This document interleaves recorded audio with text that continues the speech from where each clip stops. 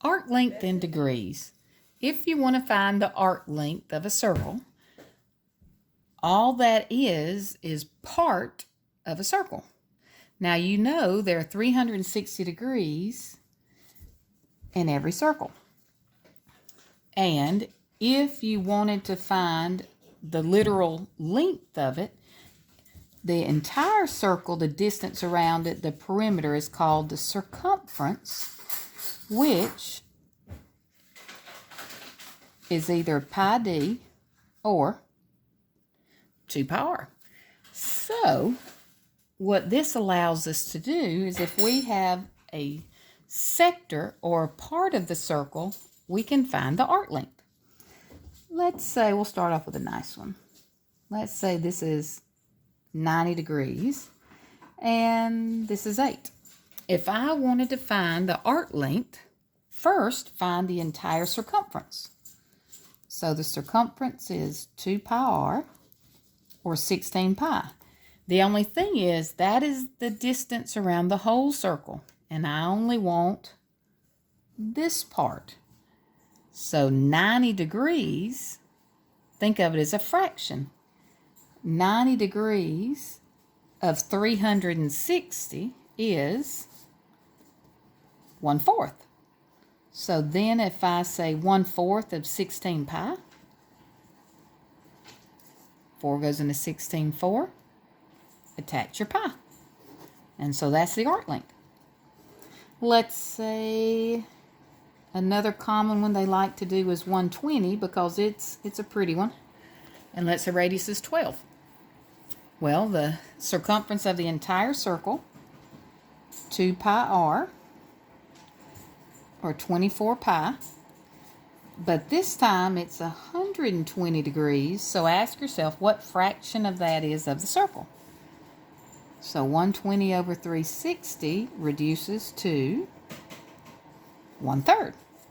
So 1/3 of 24 pi, 8 pi. Now, most of the time they go forward. They give you the angles, they give you the degree, or the radius rather, and they want you to find arc length. But every once in a while, they could be a little tricky.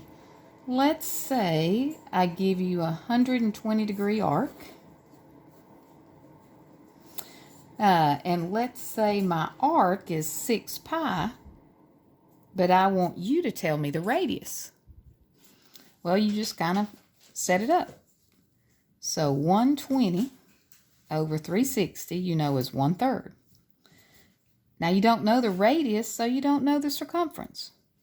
So 2 pi, radius you don't know, but you know it has to equal 6 pi. And I know some of you equation haters are going, what are you doing to us? But it's actually not as bad as it looks. There's lots of ways you can do it. Just quickly, if you wanted to kind of ignore the third and divide by 2 pi, technically that would give you a 3 over here. Probably don't want to do that. That's a little outside the box. So if you want to get rid of the fraction 1/3, you can multiply both sides by 3. And that actually gets rid of your fraction. 2 pi r equals 18 pi. Divide by 2 pi. Radius is 9. Now, another way you could have done that, let me rewrite it for those that might struggle with algebra. You could think of that as 2/3 pi r. And you know the pi's are going to cancel. So if I have 2/3 r equals 6, you could multiply by the reciprocal, which is 3 over 2. So r equals 18 over 2. You still get 9. To be honest, I think most of you would probably like the top way better. Either one's, you're good. And we'll do one more. Let's say if they give us the radius is 10, the arc is 5 pi, and they want the angle. Same thing. Angle over 360, so it's just an x, times the circumference, 2 pi, radius 10, equals 5 pi. If you want to, you can do a little bit of multiplying, so you get 20 pi and an x over 360, 5 pi, and some nice things happen. Pi's cancel, and then see, actually, this even reduces some if you wanted to go that far. Zeros cancel, and then 2 goes into 3618.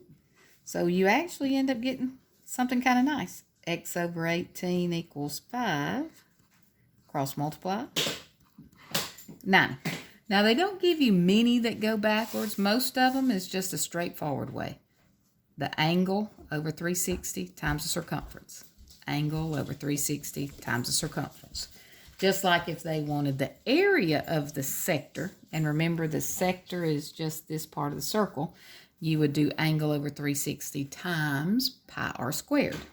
But that's for another lesson. Today we're just on arc length. Hope, as normal, it was of help to you. As needed, you can inbox me with any questions or any you want me to watch or work rather, the answers, and I'll be glad to help you out any way I can. Thank you for watching.